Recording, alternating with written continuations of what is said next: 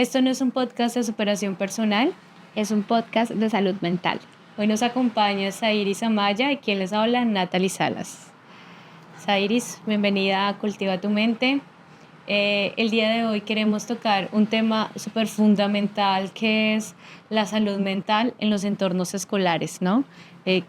¿Cómo lo puedes ver? ¿Cómo puedes definir esto, ¿no? Hablándolo también en términos emocionales, cognitivos, familiares y todo lo que aborda este gran contexto.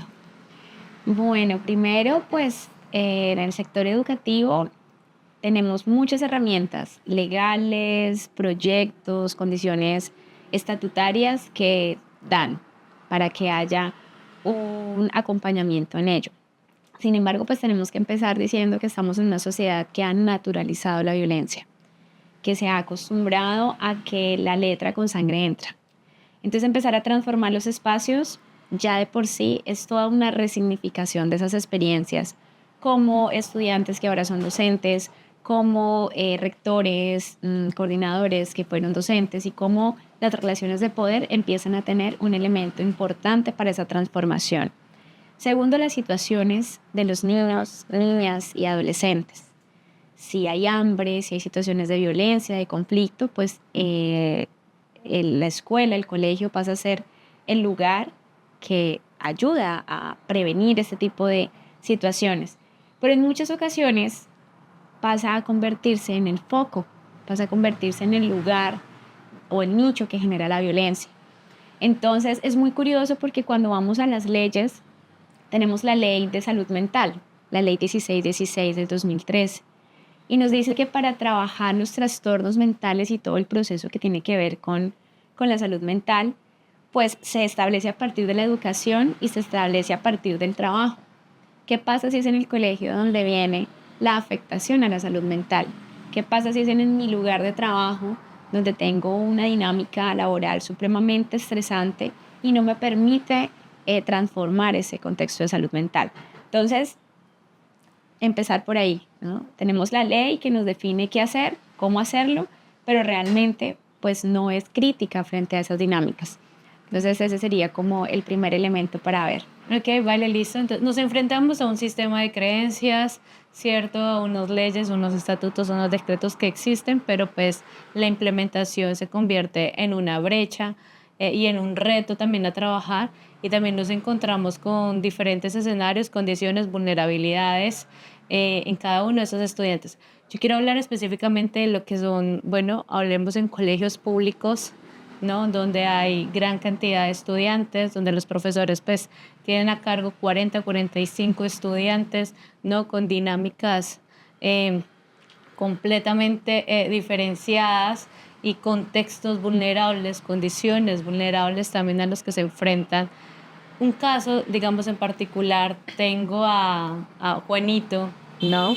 Él está en primaria, pongámosle de grado quinto, entre unos 9, 10 años, ¿cierto? Y empiezan a tener comportamientos, digamos, problemas de comportamientos que se remiten al orientador escolar, pues con padres ausentes frente a estos acompañamientos, ¿cómo, digamos, podríamos dar un abordaje teniendo en cuenta la experiencia?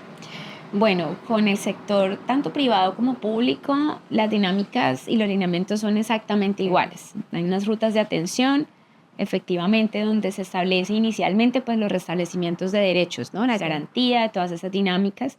Y es una de las cosas que hay que empezar a transformar.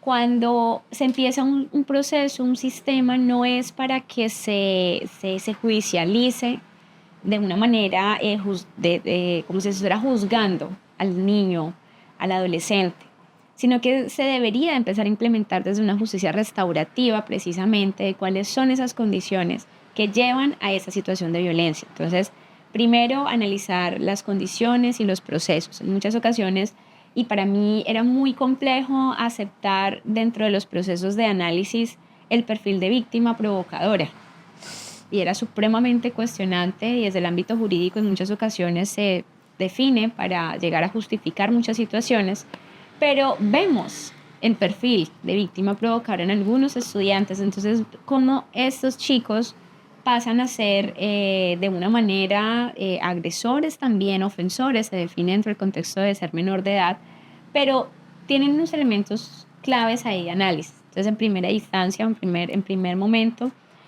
los docentes tenemos las capacitaciones adecuadas para identificar ese tipo de características. Ahí, por ejemplo, hace unos años, desde programas gubernamentales, los docentes recibían capacitaciones con perspectiva de género, perspectiva diferencial, y permitía llegar a esos procesos emocionales con ellos desde las mismas dinámicas familiares.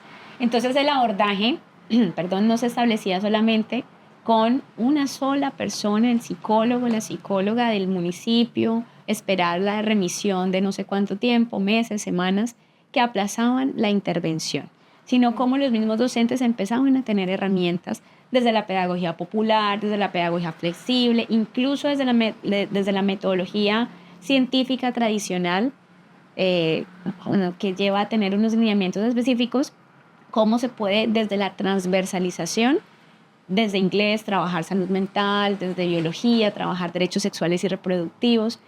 Entonces, el problema no es la mentalidad de los docentes, ¿sí? Porque realmente la disponibilidad que se tiene en eso, como muchas personas en muchas ocasiones señalan, tampoco de que no hayan condiciones para trabajar, porque los espacios se dan para ello, sino que debemos empezar a identificar es cómo los mismos docentes pueden empezar a gestionar sus propias emociones, porque estamos viendo docentes con burnout, síndrome del quemado, estamos viendo docentes que por más vocación que tengan, las condiciones familiares o las condiciones laborales de tantas exigencias administrativas, mucho más ahora que los sistemas de gestión de calidad se establecieron y se metieron como si fuera unas condiciones y no hubo esa transformación, sino que llenas un montón de formatos que te limita el tiempo de análisis y comprensión frente a este tipo de dinámicas. Entonces, una de las apuestas principales es los espacios, crear los espacios para los docentes donde no solamente tengan las herramientas para gestionar este tipo de procesos y no tengamos que esperar un profesional específico, sino que también se pueda resignificar incluso con la misma comunidad educativa y la comunidad que traspasa a la institución. Ok, muchas gracias. Sí, qué poderoso, porque cuando hablamos de instituciones y de estudiantes, pues dejamos a un lado una gran población que son los docentes, ¿no? Y esto surge también y creo que daría para otro tema de cómo surge la salud mental en los docentes. Sairis, ¿qué estrategias podrías darnos acá, compartirnos frente a que podemos implementar en esos entornos escolares? Bueno, yo soy una creyente fiel de las políticas públicas todavía, ¿sí? Aún creo que no solamente a nivel departamental, municipal, se tiene que empezar a transformar y que desafortunadamente no se quede solo en el papel, sino que realmente nos permita tener una resignificación. En el centro del Huila se tuvo una experiencia maravillosa con las instituciones educativas donde se usaba el conocimiento de la siembra del café, del cacao, para comprender los niveles evolutivos de los niños, de las niñas, con personas, pues que la palabra adolescencia y qué es eso, ¿sí? Entonces, desde el mismo proceso de la siembra, que es su cotidianidad, comprender las dinámicas de las transformaciones, que así como el fruto del café está en riesgo por la broca, el adolescente también en riesgo con la droga, y cosas así que permitía que cada persona comprendiera la responsabilidad no solo de mamá y papá frente al proceso de protección de este niño, de esta niña, sino como el vecino, como el tío, la tía, también tenemos una responsabilidad y un interés directo en la transformación del cuidado de los niños y las niñas, ¿no? Entonces, empezar por ahí, ¿no? ¿Cuáles son las cotidianidades de las personas y hablar desde su lenguaje?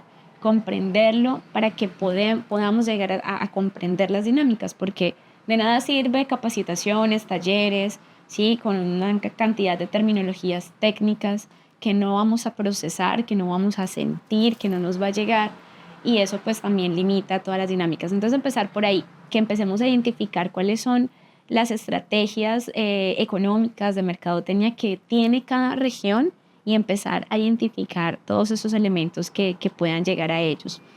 Una de las experiencias interesantes ha sido el café. Yo creo que el café se establece como una sustancia psicoactiva, pero nos permite llegar a tener una resignificación. Sobre todo el gran tema que preocupa a docentes y padres de familia, que son las adicciones. Y yo creo que para empezar por ahí, tendríamos que empezar a identificar que estamos fallando. Estamos fallando, las políticas ya las conocemos, políticas antidrogas, que no va por ahí. Pero más allá de eso, los programas y las políticas se están enfocando en la prevención del consumo. Ahí estamos fallando.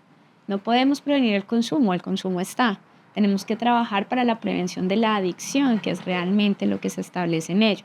Y no solamente las sustancias que tienen un estigma social, sino incluso las que hacen parte de nuestro contexto cultural. Un San Pedro sin el aguardiente, un carnaval de Barranquilla sin el ron, tendría otras dinámicas. Entonces, ¿cómo empezar por estas mismas condiciones que en muchas ocasiones nosotros justificamos o incluso le damos ciertas condiciones de estatus, ¿no?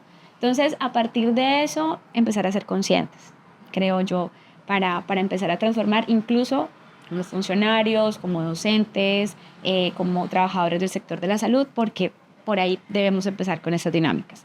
Segundo lugar, saber identificar que nada podemos hacer si hay hambre, ¿sí? Si hay hambre, si hay necesidades económicas, por más programas maravillosos que existan, no va a estar. Entonces, el arte, desde la experiencia, nos ha permitido resignificar incluso la psicoterapia tradicional, porque en muchas ocasiones identificamos que no es que no existan profesionales capacitados en ello. Por favor, existen muchísimas herramientas y muchísimas posibilidades para eso. Pero el arte, no solamente por el contexto tangible, material que lleva, sino porque apenas está empezando en Colombia las investigaciones en arte terapia, cada persona lleva el proceso no solamente de sanación, sino de resignificación de esa experiencia. Entonces nos permite como objeto visible recordar nuestro proceso de transformación. En primer lugar. En otro lugar, y es quitarnos la idea de la cabeza de que las emociones se controlan, porque nos lleva a la frustración, controlar la ira, ¿sí? Controlar, no, las emociones hay que gestionarlas. Y la subjetividad de cada persona frente a la gestión emocional, pues no depende de un contexto moral o ético, ¿sí? Romper un pedazo de baldosa, romper una matera, en muchas ocasiones se puede evidenciar como una situación violenta en el momento, ¿sí? Pero como al darme cuenta de que la situación, la frustración, al romper, al dañar, no voy a dañar a la persona que me generó la situación, ni más adelante me voy a dañar a mí, porque son las dinámicas que estamos viendo, ¿no? Entonces, sí, la generación de cristal, que la llaman y la determinan como dentro de algo frágil, por el contrario, es maravilloso porque nos permite reconocer cuáles son esas violencias que hemos naturalizado y que nosotros como generación de la palabra estamos diciendo, hey, no, eso tiene un nombre, sí, eso se llama tal cosa. Entonces, esa generación de cristal no es frágil, es transparente como este mismo, ¿sí? Pero obviamente también al cortarse, pues va a lastimar a otros, que es prácticamente lo que vemos en esas dinámicas. Pero sí necesitamos empezar a identificar que las emociones no son ni malas ni buenas, sino que existen emociones cómodas e incómodas, y empezar a identificar las herramientas y las condiciones para gestionarlas a partir del arte y el deporte. Ok. Dale, Iris, muchísimas gracias. Creo que pues nos das esto da para un gran abordaje, ¿no? Frente a lo que sucede en los entornos escolares y también cómo se amplifica, ¿no? A todo el territorio, ¿no? Porque es una lectura también territorial y eso debemos tenerlo súper presente todos y todas. Em, te agradecemos completamente estas estrategias que nos das, este panorama realmente de cómo podemos hacer una lectura no solo desde el entorno escolar, sino como todos los actores que participan acá, pues son sujetos políticos en ese tema, en esa toma de decisiones, son sujetos políticos en la toma de decisiones frente al qué hacer y cómo pues realmente esto ayuda a trabajar la salud mental, ¿no? Entonces, muchísimas gracias. A ti, Natalie, muchas gracias por la invitación.